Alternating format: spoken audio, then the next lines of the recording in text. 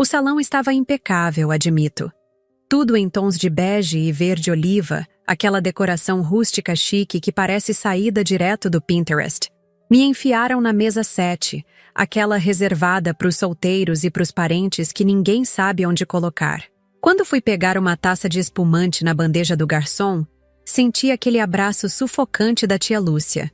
Ela praticamente gritou para todo mundo ouvir. "Olha ela aí, a solteira que nunca superou. Será que hoje ela finalmente larga do ex, hein?" Todo mundo em volta riu. Aquela risada falsa de quem já bebeu demais e quer parecer engraçado. Eu sorri de volta. Um sorriso que doeu até o fígado.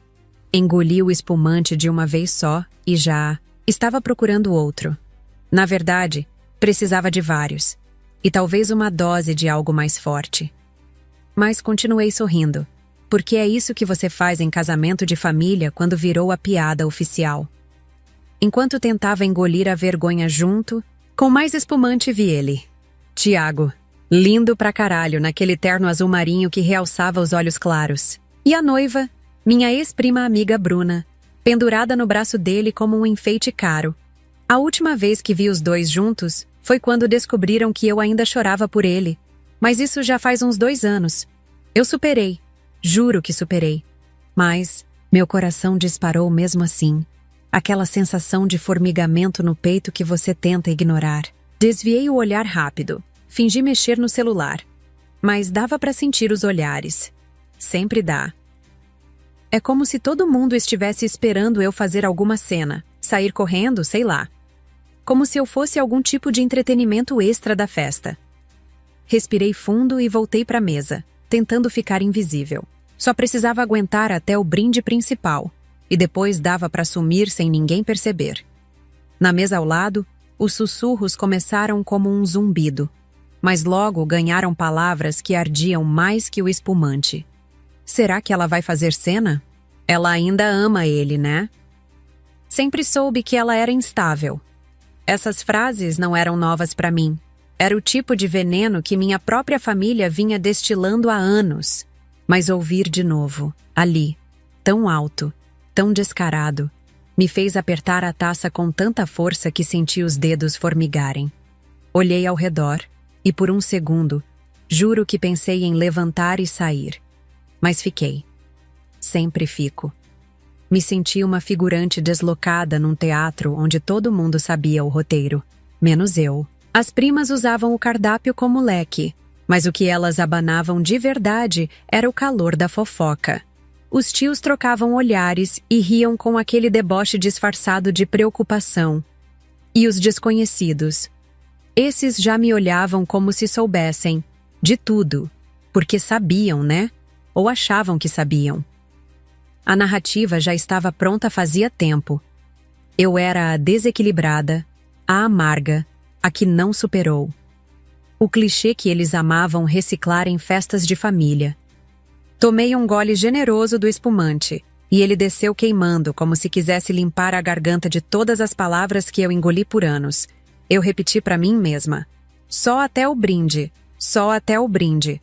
Depois eu sumo, ninguém nem nota. Era o meu plano de fuga em silêncio. Foi quando o mestre de cerimônias subiu ao palco improvisado, ajeitando o microfone com entusiasmo forçado. E agora com vocês, algumas palavras do padrinho do noivo. O salão aplaudiu com aquela empolgação automática de quem mal sabe quem vai falar. Subiu um cara que demorou alguns segundos para eu reconhecer. Rafael. Primo distante do Tiago. Desses que aparecem em festa de casamento de terno caro e cara de quem nunca suou na vida. Bonito, mas com um ar cansado. Como se já tivesse visto demais do mundo e não se impressionasse com nada. Ele pegou o microfone, ajeitou a gravata devagar, olhou para o casal sorridente no altar e soltou, com uma voz baixa, firme, sem qualquer sinal de ironia. Tiago, você sempre foi um excelente ator.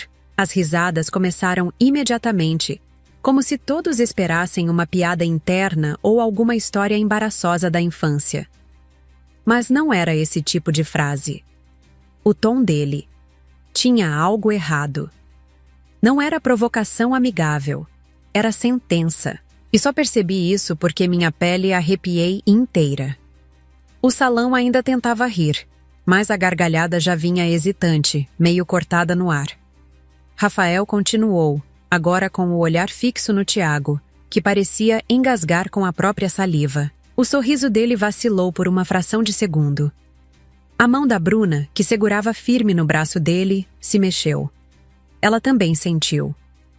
Um ator tão bom, ele disse, pausando como se saboreasse as palavras, que conseguiu enganar todo mundo por anos, inclusive a noiva.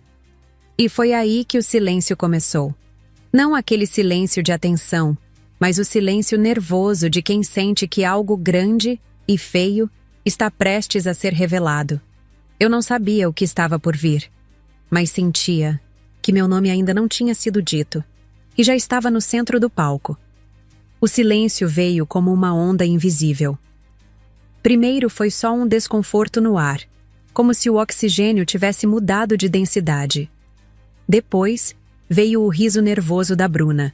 Aquele tipo de gargalhada que tenta puxar o clima de volta, como se ela mesma estivesse tentando acreditar que era só uma brincadeira boba. Mas o som morreu rápido. Ninguém riu junto. Tiago fez um gesto brusco com a mão, tentando interromper Rafael, como quem corta o ar com a lâmina do desespero. Mas Rafael continuou, implacável. Espero que hoje seja o começo de uma vida honesta para vocês dois. Porque a mentira já durou tempo demais.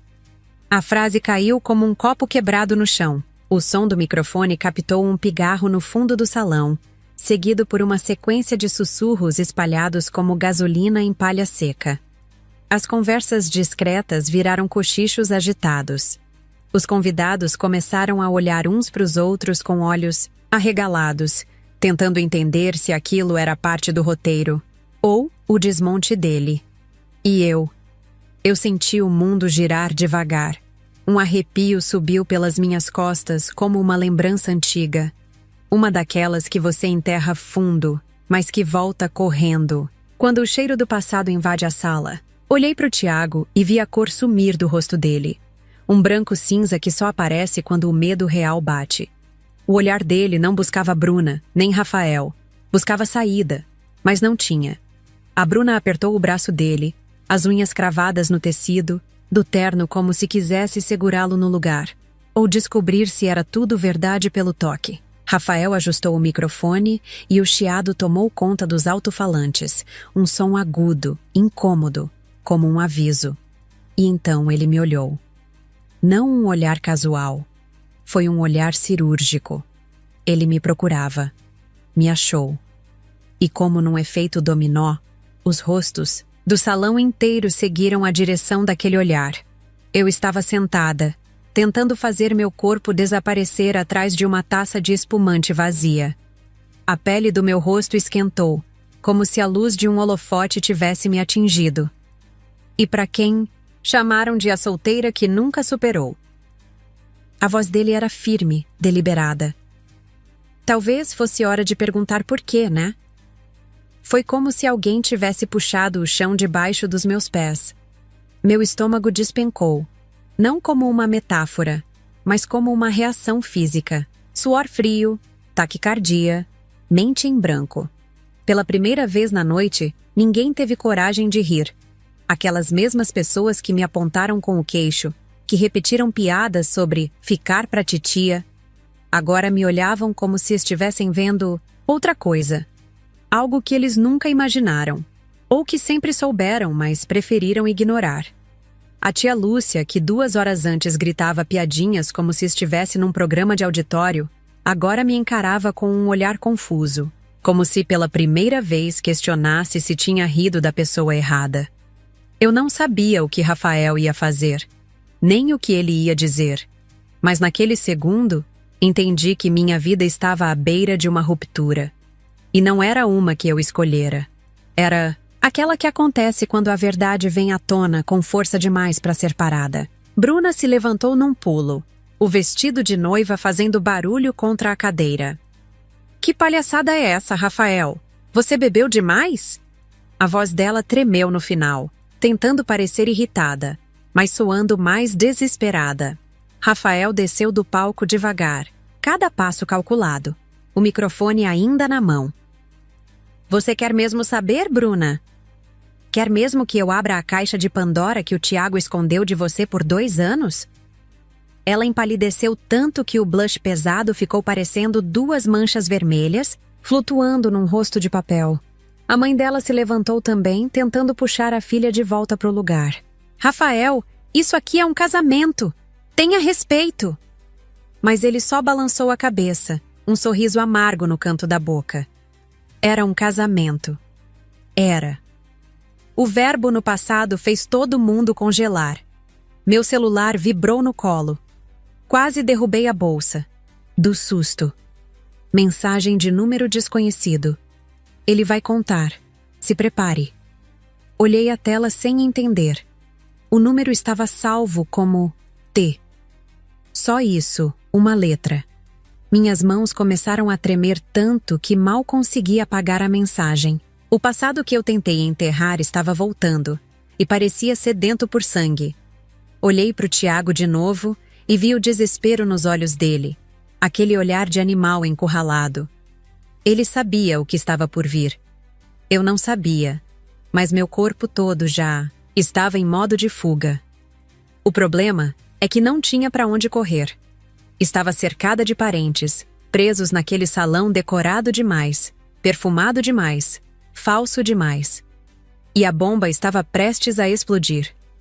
Rafael desceu do palco em silêncio, caminhando pela lateral do salão, como se cada passo tivesse sido calculado com antecedência. Os olhos o seguiam com a mesma atenção de um cortejo fúnebre.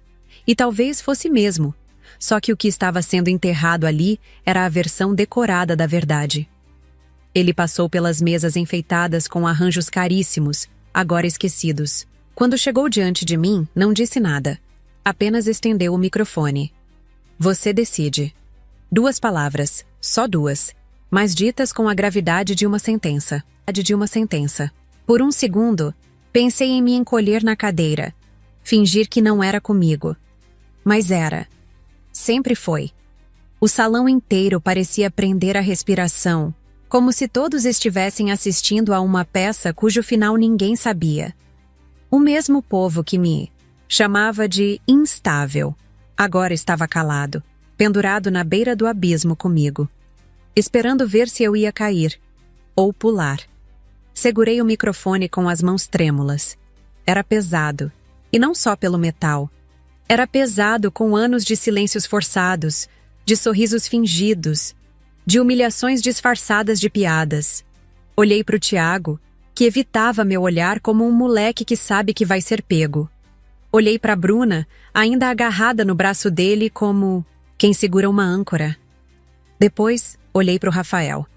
E foi aí que ele se inclinou e sussurrou no meu ouvido.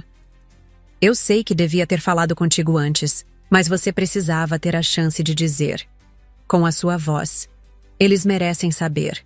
Mas você merece ser ouvida. Aquilo me atingiu mais do que o salão inteiro me olhando. Porque não era só sobre expor o Tiago. Era sobre me libertar de tudo que me prenderam por tanto tempo. E sobre não deixarem mais que outras mulheres fossem feitas de piada, como fizeram comigo. A raiva que eu engoli por anos, disfarçada de aceitação, subiu quente no peito. Fechei os olhos por um segundo. Respirei fundo e me levantei. As pernas bambearam, mas firmei o pé. O salto fino afundou no carpete macio, e esse pequeno incômodo me ajudou a lembrar. Eu estava ali, no presente, e eu tinha escolha. Dei um passo à frente e olhei direto para Bruna. Ela ainda estava de pé, segurando o braço do Tiago com tanta força que os dedos pareciam brancos. Mas ele não olhava para... Ela olhava para o chão. Você sabia que ele me mandava mensagem até 6 meses atrás? Minha voz saiu mais firme do que eu esperava. Era minha. E era forte. O salão reagiu como se alguém tivesse jogado uma pedra na superfície lisa de um lago. Do fundo veio o grito inevitável. Mentira! Ela tá inventando! Era a mãe do Tiago, claro. sempre pronta para proteger o filho, mesmo diante do abismo. Virei meu rosto lentamente até ela. O olhar dela me atravessou como um julgamento, mas dessa vez eu não tremi. Querem prints? Eu tenho todos. Tirei o celular da bolsa, com a calma quase fria de quem não tem mais nada a perder. Abri a galeria. Mostrei a tela. Ele me disse que te amava sim, Bruna. Mas também dizia que pensava em mim toda vez que te beijava. Dessa vez, o silêncio que caiu não era de expectativa. Era de choque. Silêncio de gente que levou um soco no estômago e perdeu o ar. Era o som de verdades finalmente ditas. E o início do fim de uma mentira coletiva. Bruna começou a andar na minha direção com passos incertos, como uma boneca de porcelana com uma perna trincada. O vestido de noiva, pesado e justo, parecia mais uma prisão do que um sonho. Os olhos dela procuravam os meus, mas havia um brilho estranho ali, mistura de raiva, medo e negação. Quando finalmente parou diante de mim, mal a reconheci. A maquiagem perfeita já começava a ceder. Você tá inventando isso, ela disse, a voz trêmula, carregada de incredulidade. Você sempre foi obcecada por ele. Ele me ama. Ele me ama. As palavras saíam como uma prece desesperada, mais para si mesma do que para mim, como se, ao repetir, pudesse tornar aquilo verdade. Mas a voz dela foi diminuindo, perdendo força, até se tornar só um sussurro suspenso. No ar. Sem dizer nada, destravei o celular. A mão tremia um pouco, mas os movimentos eram firmes. Abri a galeria. Toquei na pasta que eu jurei que nunca mais abriria. A mesma que salvei por instinto. Ou autoproteção. Virei a tela na direção dela. A última mensagem. Se eu não fosse tão covarde, casava com você. Mas já tá tudo pronto com a Bruna. Enviada há 5 meses. Uma semana depois do chá de panela. O rosto dela não se desmanchou de uma vez. Foi uma desmontagem lenta, dolorosa. Primeiro os olhos se arregalaram. Depois, a boca se entreabriu, como se quisesse protestar. Mas nada saiu. Então vieram as lágrimas, pesadas, carregadas de tudo o que ela fingiu não ver por tanto tempo. O rímel escorreu como tinta em aquarela, borrando qualquer traço do glamour de noiva. As mãos dela começaram a tremer, até que o buquê escorregou e caiu com um baque seco no carpete. As flores brancas se espalharam como pequenos destroços. Não, ela sussurrou. Uma negação fraca.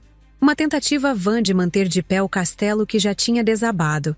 Antes que eu pudesse dizer mais alguma coisa, Tiago avançou.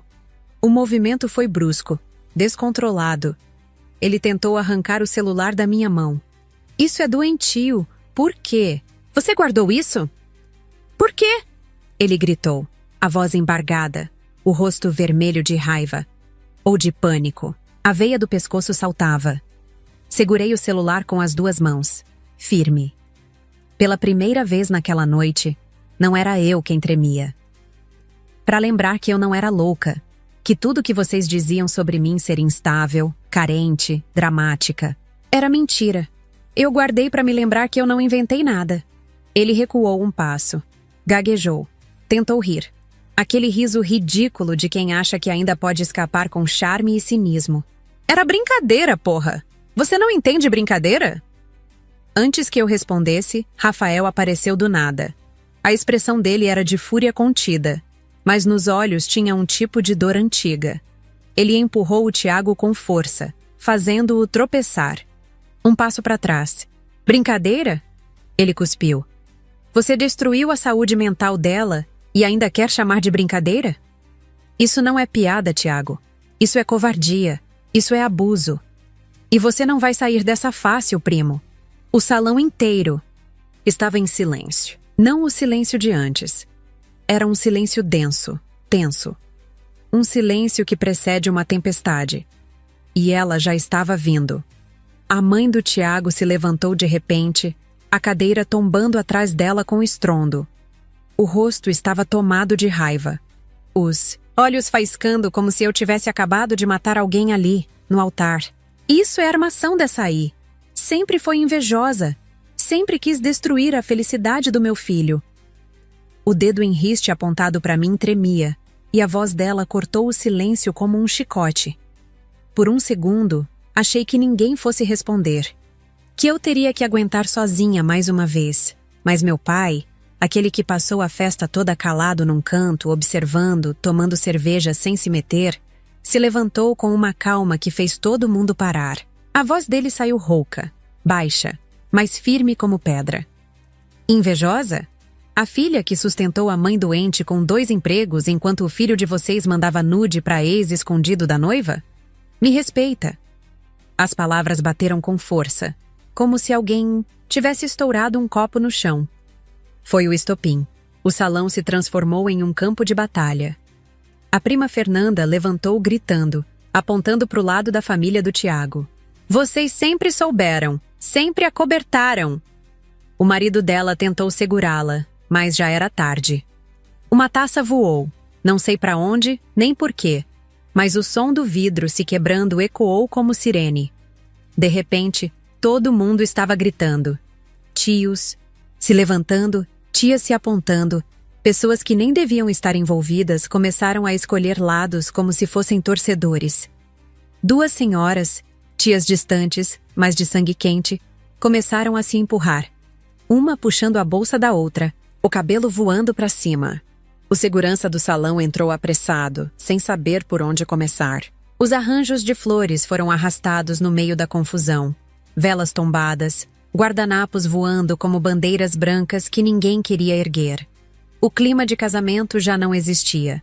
Agora era só uma guerra travada com gritos e mágoas acumuladas por anos. Um dos padrinhos do Tiago tentou levantar a voz, pedindo calma, mas levou um empurrão que o jogou de volta na cadeira. O DJ, sem saber o que fazer, simplesmente desligou a música. A banda já tinha sumido fazia tempo. E o bolo, aquele monumento, de 5 andares feito para brilhar nas fotos, balançava perigosamente em sua mesa, como se estivesse indeciso entre tombar ou resistir. E no meio daquele terremoto humano, Bruna. Ela estava parada, estática. O véu meio torto, o rosto completamente desfigurado pela ausência de expressão. Era como se o cérebro dela tivesse congelado no tempo, tentando entender o que estava acontecendo, tentando achar sentido em meio aos escombros. Tiago se aproximou dela devagar, como se pisasse em vidro quebrado. Tocou o braço dela, um gesto quase imperceptível. Mas ela se afastou no mesmo instante, com um sobressalto, como se tivesse sido eletrocutada. O toque dele não doeu na pele dela. Doeu na alma.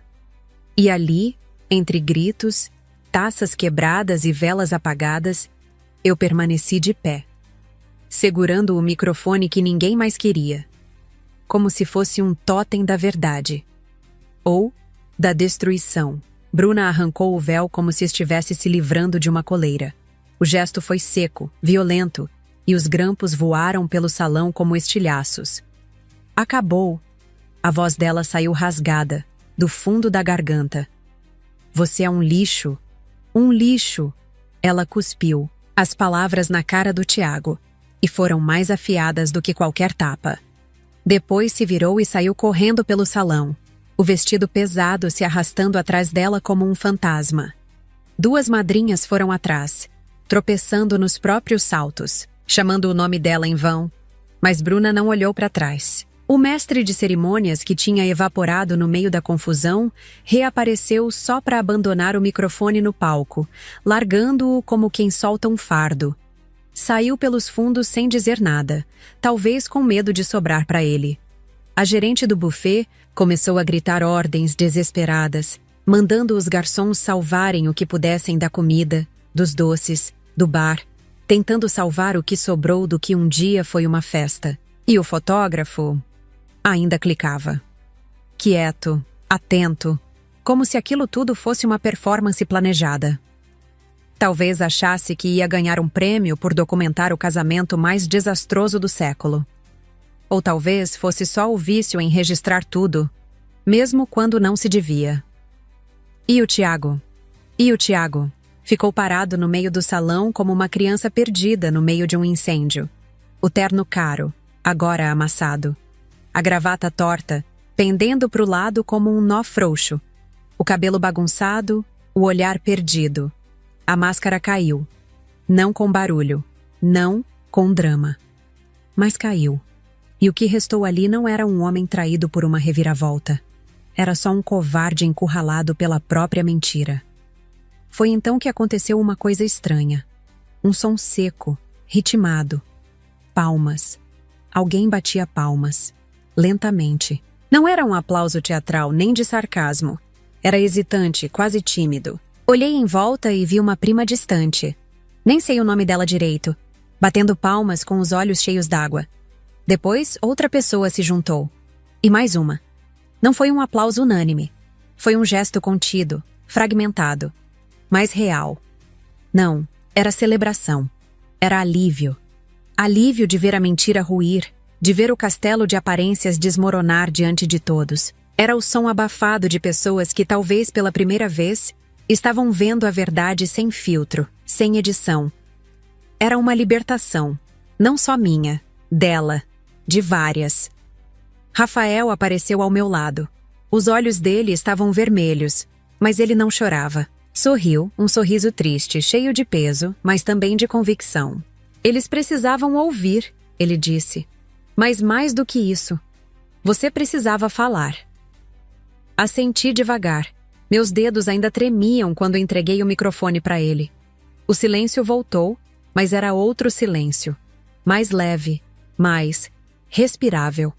E foi ali, no meio do salão destruído, cercada por lembranças despedaçadas, que eu senti algo que não sentia há muito tempo. Paz. Uma paz esquisita, imperfeita, cheia de cacos espalhados ao redor, mas minha. O peso que carreguei por anos tinha finalmente se soltado. E por mais que tudo estivesse em ruínas, algo dentro de mim finalmente estava inteiro. A festa, se é que ainda podia ser chamada assim, terminou ali. O que restava no salão era um cenário de ressaca emocional. Pratos abandonados com comida pela metade, taças sujas espalhadas pelas mesas, guardanapos amassados como pequenos naufrágios de papel. Os convidados começaram a sair aos poucos, em silêncio ou em murmúrios tensos, como sobreviventes de um desastre que ainda estavam tentando entender. Alguns ainda discutiam perto da entrada, outros apenas desviavam o olhar, fingindo que nada tinha acontecido. Ninguém queria ser o último a sair, nem o primeiro a comentar. Vi tia Lúcia pegar a bolsa e sair com o rosto fechado, os saltos apressados. Não disse nada, nem um olhar. Horas antes, ela gritava sobre eu ser a solteirona amargurada da família. A piada pronta. Agora era só silêncio. Covarde e revelador. Os garçons trabalhavam em modo automático, recolhendo os destroços do que foi vendido como a festa do ano, e que agora seria lembrado como o escândalo do século. Peguei minha bolsa. As pernas doíam, os pés ardiam dentro daqueles saltos estúpidos, e a cabeça latejava com tudo o que eu tinha dito, ouvido, visto. Só queria sair, respirar, sumir. Mas quando estava a poucos passos da porta, ouvi uma voz baixa atrás de mim. Ei! Espera! Era o Rafael, já sem a postura do padrinho, sem o peso do microfone. Só ele. Me virei devagar. Estava exausta. De brigas, de gente, de tudo. Mas ele não vinha com mais drama. Enfiou a mão no bolso do paletó e tirou um guardanapo dobrado. O gesto era tão deslocado daquele cenário destruído que chegou a parecer cômico. Mas não era. Se quiser conversar, ou só tomar um café longe desses lunáticos, me avisa. Tinha escrito um número ali. A caneta. Azul. Riscado de forma meio torta, como se ele estivesse com pressa ou nervoso. E provavelmente estava. Me estendeu o guardanapo com aquele sorriso que não pedia nada. Um sorriso que não tinha intenção oculta, nem pena, nem julgamento. Só presença. Peguei o papel quase sem pensar. Tarde demais para pensar, cedo demais para sentir. Fiquei olhando para aquele número como quem olha uma possibilidade. Você foi corajosa hoje, ele disse. Mais do que qualquer um aqui. Ele tocou meu ombro de leve. Foi só um gesto simples, mas que me lembrou o quanto eu passei anos esperando um toque assim, sem culpa, sem controle, sem intenção de me calar. Rafael virou e saiu. Simples assim. Fiquei ali por um instante, segurando o guardanapo, como quem segura a chave de uma porta nova. Sorri. Pela primeira vez naquela noite. Não por alívio, nem por ironia. Um sorriso de verdade. Meu. Guardei o papel na bolsa com cuidado, como quem guarda algo frágil e importante. E fui embora. O ar da rua me envolveu como um abraço de mãe depois de um pesadelo. Fresco, livre, limpo. Pela primeira vez em muito tempo, eu sentia que podia respirar sem pedir desculpa. Na saída, quase tropecei em alguém sentado no chão, encostado na lateral do prédio. Por reflexo, recuei meio passo. Quando olhei melhor, o choque veio com uma familiaridade amarga. Era o Tiago. O terno caro estava manchado de vinho, de suor, talvez de alguma coisa que derramaram nele no meio do caos. Os ombros curvados, as mãos cobrindo o rosto. O homem que durante tanto tempo eu achei que era meu futuro. Agora parecia um menino perdido depois de uma travessura que saiu do controle. Meus saltos bateram no asfalto como batidas de tambor. Ele ergueu os olhos. Estavam inchados, vermelhos, úmidos, mas não havia mais arrogância ali, só ruína. Por um instante, apenas um, eu vi o garoto por quem me apaixonei. Aquele que me fazia rir, que me escrevia mensagens bobas de madrugada, que dizia que eu era o lugar seguro dele. Por um instante, senti a lembrança de um amor antigo tentar ressuscitar. Mas foi só um eco. E ele morreu ali mesmo. Você me destruiu, ele disse. A voz saiu baixa, áspera, esfarelada. Parei. Olhei para ele como quem observa uma rachadura antiga na parede. Ainda está lá. Ainda lembra um trauma, mas não ameaça mais cair. Não, respondi. Você só mostrou quem sempre foi. Não gritei, não chorei, não tremi. Apenas disse. E dizer foi libertador. Virei as costas e comecei a andar. O som dos meus saltos na calçada parecia o anúncio de uma marcha. O vestido balançava com o vento leve da noite.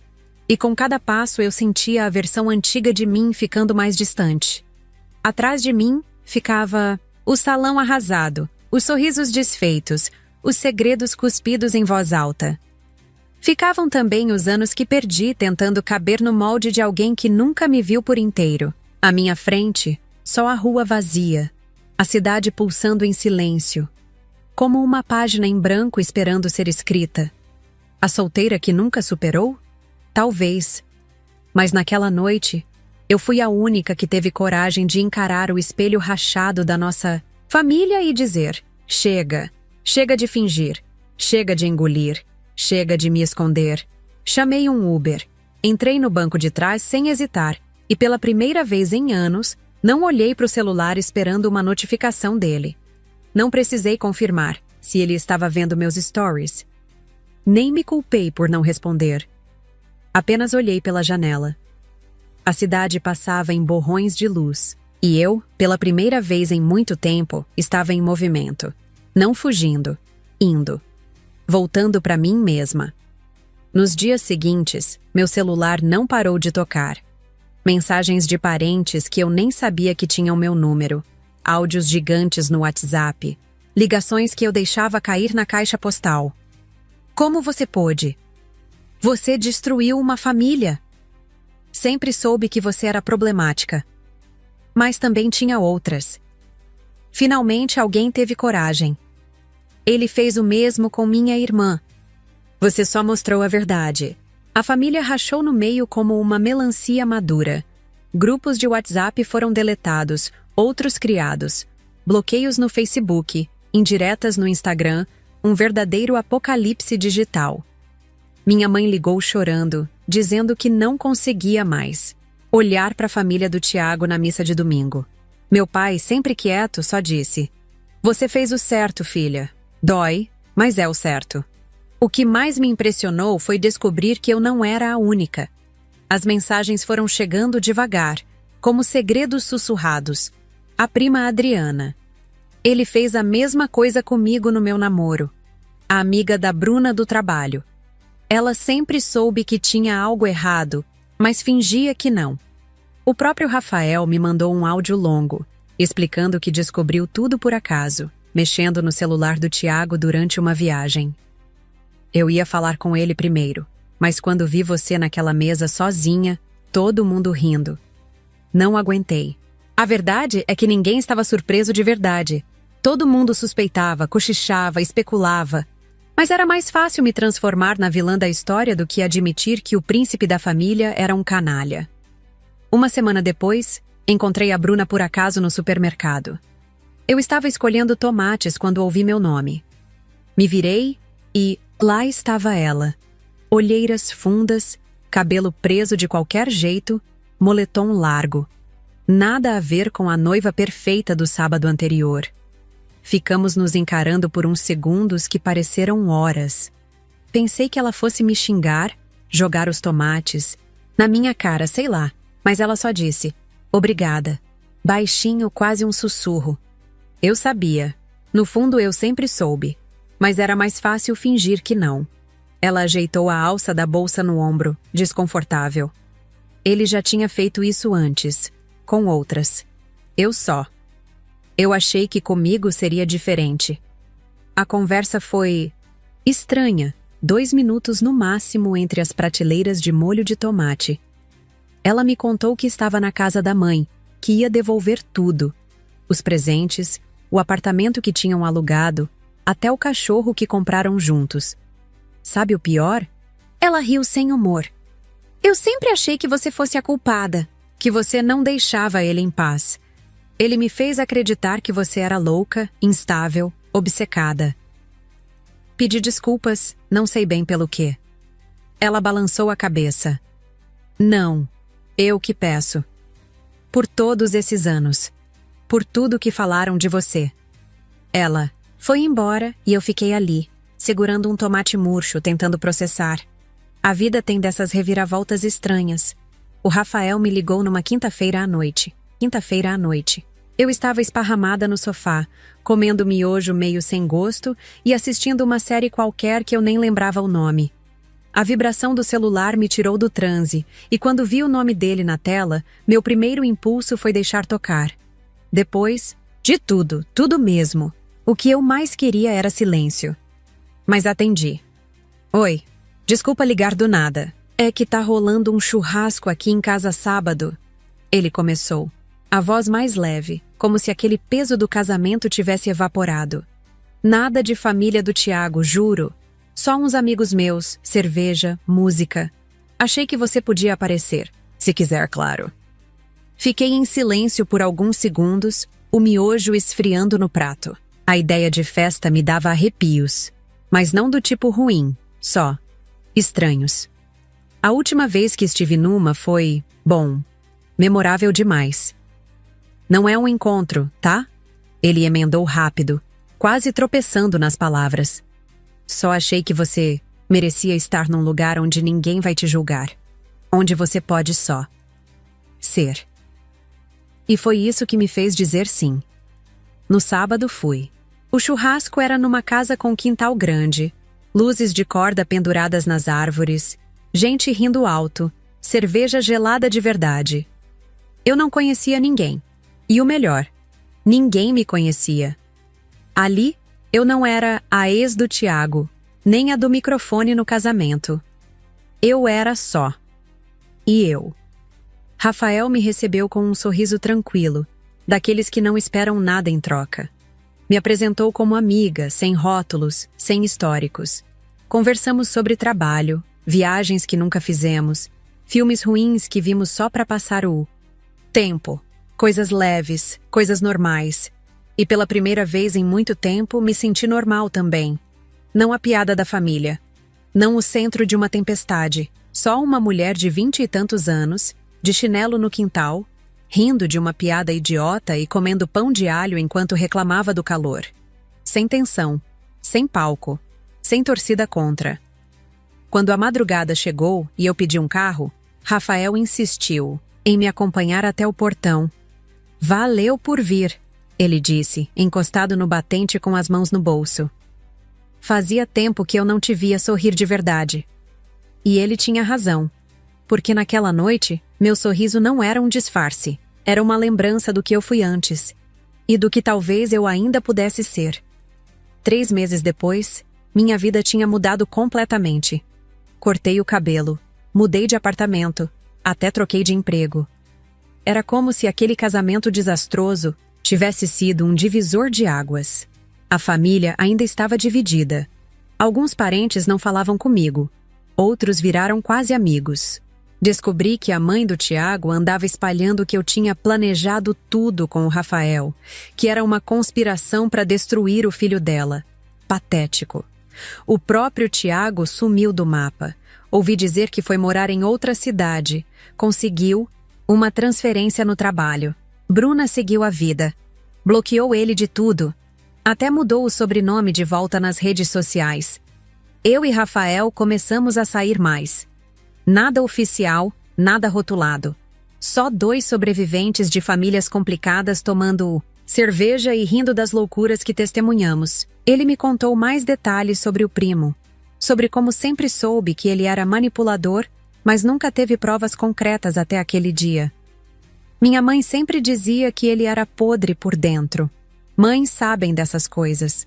Descobri que ele era engraçado quando não estava expondo segredos em casamentos, que gostava de cozinhar, odiava futebol, tinha medo de altura, coisas bestas que você descobre sobre alguém quando não está no meio de um escândalo familiar.